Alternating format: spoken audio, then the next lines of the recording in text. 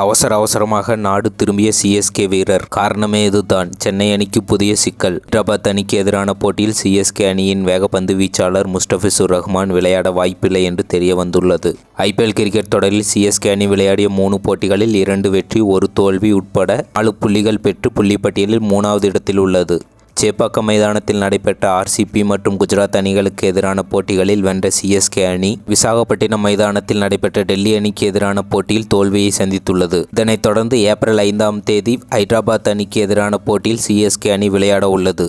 இந்த போட்டிக்கு முன் சிஎஸ்கே அணிக்கு சிக்கல் ஏற்பட்டுள்ளது. சிஎஸ்கே அணி 2 போட்டிகளில் வென்றதற்கு காரணமாக அமைந்த முஸ்டபிசுர் ரஹ்மான் திடீரென வங்காளதேசத்துக்கு திரும்பியுள்ளது தெரிய வந்துள்ளது. T20 உலகக்கோப்பை கிரிக்கெட் தொடர் ஜூன் மாதம் நடக்க உள்ளது. இந்த T20 உலகக்கோப்பை தொடர் வெஸ்ட் இண்டீஸ் மற்றும் அமெரிக்கா மைதானங்களில் நடக்க உள்ளது.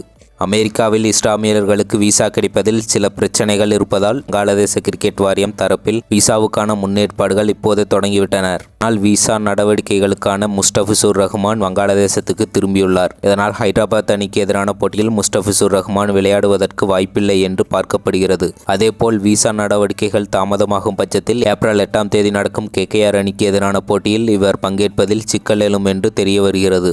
சிஎஸ்கே அணிக்காக 3 போட்டிகளில் விளையாடியுள்ள முஸ்டபிசுர் ரஹ்மான் 7 விக்கெட்டை வீழ்த்தி ஃபுல் கேப்பை வைத்துள்ளார். இதனால் இவருக்கு மாற்றாக யாரை சிஎஸ்கே அணி களமிறக்கும் என்ற எதிர்பார்ப்பு ஏற்பட்டுள்ளது. முஸ்டபிசுர் ரஹ்மான் இடத்தில் ஷஹூர் தாகூர் அல்லது மொயின் அலி இருவரில் ஒருவர் களமிறங்கலாம் என்று எதிர்பார்க்கப்படுகிறது. நன்றி. இந்த பதிவுகள் உங்களுக்கு பிடித்திருந்தால் கமெண்ட் பண்ணுங்கள், ஷேர் பண்ணுங்கள் மற்றும் சப்ஸ்கிரைப் பண்ணுங்கள்.